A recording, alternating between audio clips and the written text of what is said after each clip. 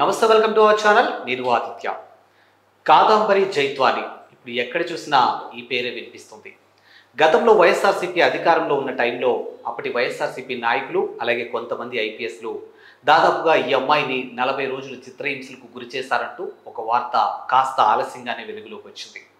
ఇక ఈ అంశాన్ని సీరియస్గా తీసుకున్నటువంటి ప్రస్తుత ప్రభుత్వం అమ్మాయిని ఎట్టకేలకు ముంబై నుంచి విజయవాడకు తీసుకొచ్చి నిజ నిజాలు చెప్పించే ప్రయత్నంలో భాగంగా అనూహ్యంగా సాక్షి మీడియాలో ఒక ఆర్టికల్ బయటకు వచ్చింది.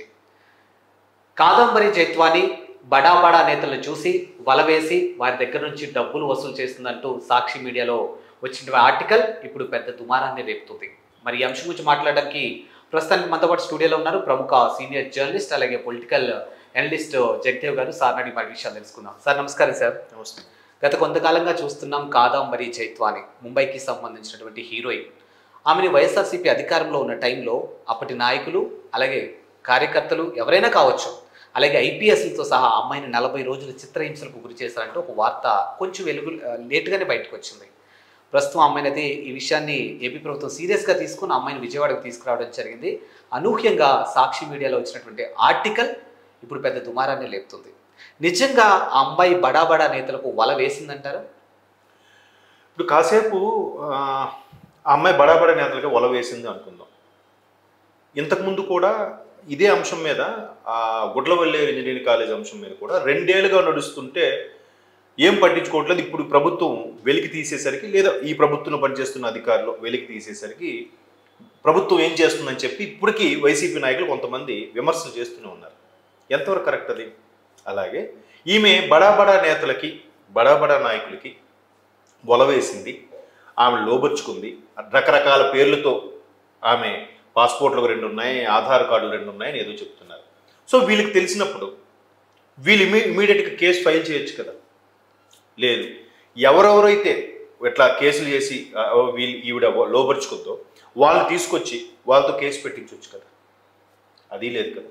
తర్వాత ఈమె బయటకు వచ్చి ఆమె బయటికి రాలేదు, భయపడిపోయింది. ఎందుకంటే తన కుటుంబ సభ్యులతో పాటు 40 రోజులు కాదు 18 రోజులు ఏదో అని అంటున్నారు.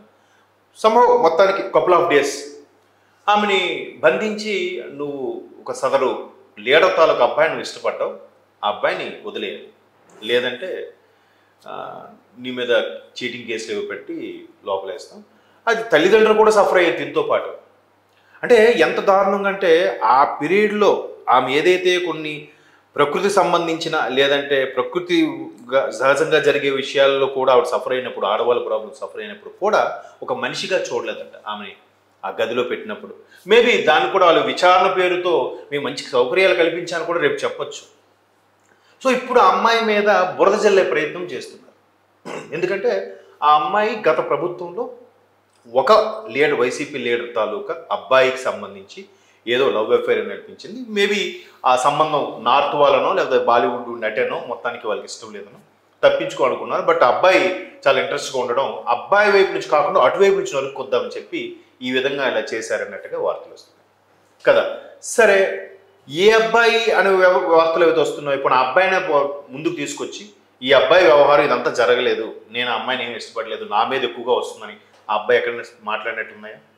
ఆ అబ్బాయి తండ్రి ఎవరిదైతే పలానా మున్సిపల్ చైర్మన్గా చేశారనో లేదంటే వైసీపీ లీడర్గా చేశారనో పేర్లు వినిపిస్తున్నాయి. వాళ్ళు అతనైనా బయటకు వచ్చి మా మీద ఎందుకు బురద జల్లుతున్నారు, మా వ్యవహారం ఎందుకు లాగుతున్నా అని చెప్పి ఆయన ఏమైనా మాట్లాడా? లేదు. సో ఇదంతా జరుగుతున్న ఈ అమ్మాయి ఒక ప్రాస్టిట్యూట్ అన్నట్టుగా లేదంటే ఇంకేదో రకరకాలుగా అన్నట్ట పెద్ద పెద్ద వాళ్ళకి గేలం వేసి వసపరుచుకుంటుంది, లోబర్చుకుంటుంది అన్నట్టుగా రకరకాలుగా పొద్దు నుంచి కథనాలు వస్తూనే ఉన్నాయి. అంటే ఒకటి చేసిన దానికి ఇంకోటి డిఫెన్స్గా, అంటే మా వైసీపీకి చెందిన నాయకుడికి వాళ్ళ అబ్బాయికి ఈ అమ్మాయితో సంబంధం లేదని చెప్పొచ్చు కదా, అది చెప్పట్లేదు. గతంలో ఇలా జరగలేదు అని చెప్పొచ్చు కదా, అది చెప్పట్లేదు. అలా కాకుండా అది వదిలేసి ఈ అమ్మాయి క్యారెక్టర్ బ్యాడ్, ఈ అమ్మాయి మంచిది కాదు, ఈ అమ్మాయికి 2 ఆధార్ కార్డులు ఉన్నాయి, 2 పాస్పోర్ట్లు ఉన్నాయి, ఈ అమ్మాయి గతంలో చాలామంది ఒక బిజినెస్ మ్యాన్ కూడా ఇలాగే చేసింది, ఒక నటుడిని ఇలాగే చేసింది అని రకరకాలుగా తీసుకొస్తారు తప్ప ముందు దీని గురించి మాట్లాడి అప్పుడు చెప్పాలి కదా. దీని గురించి ఏం మాట్లాడలేదు. మీరు అబ్జర్వ్ చేయండి. ఇప్పుడు ఏమండి మీరు పలానా తప్పు చేశారు అంటే మీరు తప్పు చేయలేదా, మీ ప్రభుత్వంలో ఇలా జరగలేదా? ఇది కాదు ఆన్సర్. మేము చేయలేదు, మేము చేసిన దానికి ఆధారాలు ఉన్నాయా, దమ్ముంటే చూపించండి. అది కదా మాట్లాడాల్సిన వ్యవహారం.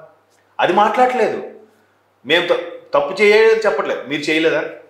మీరు పెద్ద వీడు, పెద్ద సుప్పనాథి వీడు, పెద్ద శుద్ధపోసగాడు వీడు అని మాట్లాడుతున్నారు తప్ప, కాదురా నువ్వు ముందు శుద్ధపోసను ప్రూవ్ చేసుకోండి అని చెప్పాలి కదా.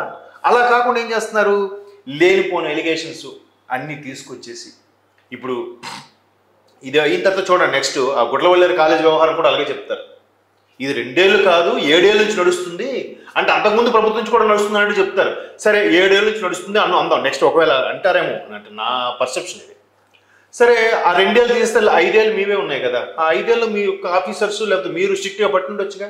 అది చెప్పరు. మళ్ళీ వాళ్ళు చేశారు, మేము చేశాము, అలా చెప్పే ప్రయత్నమే చేస్తున్నారు తప్ప మేము చెయ్యలేదు, మాకు ఆ అమ్మాయికి ఏ సంబంధం లేదు, ఆ అమ్మాయి కావాలనే డబ్బులు ఇస్తే టీడీపీ వాళ్ళకి ఫేవర్గా మాట్లాడుతుంది, మాకు యాంటీగా మాట్లాడుతుంది, ఇట్లాగే మాట్లాడుతున్నారు తప్ప ఎవరెవరి మీద ఎలిగేషన్స్ వచ్చాయో వాళ్ళని తీసుకొచ్చి కూర్చోబెట్టి మాట్లాడి ఇది ఇది ఇది ఇది చెప్పొచ్చు కదా. ఇప్పుడు మొన్న ఒక ఛానల్లో కూడా చూశాను, ఆ అమ్మాయి లైవ్లో ఉంది, తర్వాత అప్పుడు ప్రభుత్వం సంబంధించి లాయరు లైన్లో ఉన్నాడు, లేదంటే ఎవరైతే ఇట్లా బాలీవుడ్ సంబంధించిన కొంతమంది బిజినెస్ మ్యాన్లు ఉన్నారో వాళ్ళు లైన్లో ఉన్నారు. ఇంతమంది కూడా మాట్లాడుతున్నా కూడా ఆ అమ్మాయి ఎట్లా ఉంది ఇలా జరిగిందని ఎక్కడా లేదు. నిజంగా ఆ అమ్మాయి అంత టాలెంటెడ్ అయింది, అంత పెద్ద నాయకులతో బడాబడా నాయకులతో లింకులు పెట్టుకొని ఎట్లా చేసేదే అయితే మీరు అంత సింపుల్గా ఆ అమ్మాయిని అరెస్ట్ చేసి తీసుకొచ్చేవారే కాదు. ఆ అమ్మాయి అసలు ఈ వార్తలోకి ఎక్కేదే కాదు. ఎక్కడ నొక్కాలో ఎక్కడ ఎవరితో నోరు ముయించేలా ముయించేసి ఉంటుంది ఈ పాటికి, అవునా కదా. నిజంగా ఆ అమ్మాయికి అంత టాలెంట్ ఉంటే గొప్పచుప్పుగా వెళ్ళిపోయి ఉండదు. ఇప్పుడు ఈరోజు వచ్చి బోర్నే ఆడదు.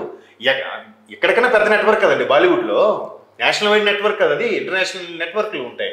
మరి అక్కడ ఇంకా కామప్ చేసేసేదిగా, ఎవరితో మాట్లాడకుండా చేసేసేదిగా. అట్లా చేయలేకపోయింది కదా. చేయలేకపోయిందంటే అర్థం నిజంగా ఆ అమ్మాయి అంత టాలెంట్ ఉంటే మీరు ఇట్లా వార్తలు ప్రచురించేవారా? అసలు అదే చెప్తున్నాను కదా, మొదటి నుంచి కూడా. ఇప్పుడు ఎగ్జిట్ పోల్స్ తీసుకోండి, బెస్ట్ ఎగ్జాంపుల్స్. అన్ని నేషనల్ ఎగ్జిట్ పోల్స్ కూడా కూటమికే వస్తుంది, కూటమి వరస్ట్ కేసులో 110 సీట్లు అయినా వస్తాయని ప్రతి ఒక్కరు చెప్పారు. అంటే ఒక్కొక్కరు 130 వరకు చెప్పిన వాళ్ళు ఉన్నారు, 140 వరకు చెప్పిన వాళ్ళు ఉన్నారు, స్టార్టింగ్ 110 చెప్పిన వాళ్ళు ఉన్నారు. ఒక్క కేకే గారే 161 ఎన్నో వస్తాయని చెప్పారు తప్ప మిగతా అందరూ కూడా ఆవిడే చెప్తే వీళ్ళు మళ్ళీ ఏదో కొత్త క్రియేట్ చేసి ఈ సర్వే చూడండి ఇలా చెప్తుంది, జగన్మోహన్ రెడ్డి వస్తాడు తిరుగులేదు అని కూడా చెప్పారు. దానికి మళ్ళీ సజ్జల గారు లాంటి వాళ్ళు ఎలా మాట్లాడారు, మాకు 2 సీట్లు వస్తాయా, అవేనా మాకు ఎందుకు ఇచ్చారు, తీసుకోండి, ఏంటే మీ ఇది, అసలు దాన్ని కూడా మీరు కొనేస్తున్నారా, మ్యానిపులేట్ చేస్తున్నారని చెప్తున్నారు. అసలు వీళ్ళు అసలు విషయాన్ని దాచేసి జగన్మోహన్ రెడ్డి గారు చెప్పకుండా పాపం అతన్ని మభ్యపెట్టేసి వీళ్ళందరూ ఇది చేశారు కదా. అట్లాంటి పరిస్థితిని ఇప్పుడు అతన్నే జగన్మోహన్ రెడ్డి గారినే వీళ్ళందరూ కలిసి మభ్యపెట్టారే. ఇప్పుడు ఈ అమ్మాయిని ఇలా బద్నాం చేయడంలో తప్పే ఉంది. ఇంకా ఈ అమ్మాయి విషయం తెరమరుగయ్యే వరకు దీని మీద కథనాలు వస్తూనే ఉంటాయి, ప్రచురణ చేస్తూనే ఉంటారు. ఆ అమ్మాయికి ఇంకా అలా మరికొద్ది రోజుల్లో ఫేస్లు మార్ఫింగ్ చేసి కూడా పెడతారేమో. అలా పెట్టినా కూడా ఆశ్చర్యపోవక్కర్లే, ఈ అమ్మాయి పలానా వాడితో ఉంది అన్నట్టు కూడా పెడతారేమో. చూద్దాం, పాపం అమ్మాయి అంతవరకు ధైర్యంగా ఉండాలని కోరుకుందాం. అంతే, మరి వాళ్ళతో పెట్టుకుంటే ఇలాగే ఉంటుందేమో అనిపిస్తుంది.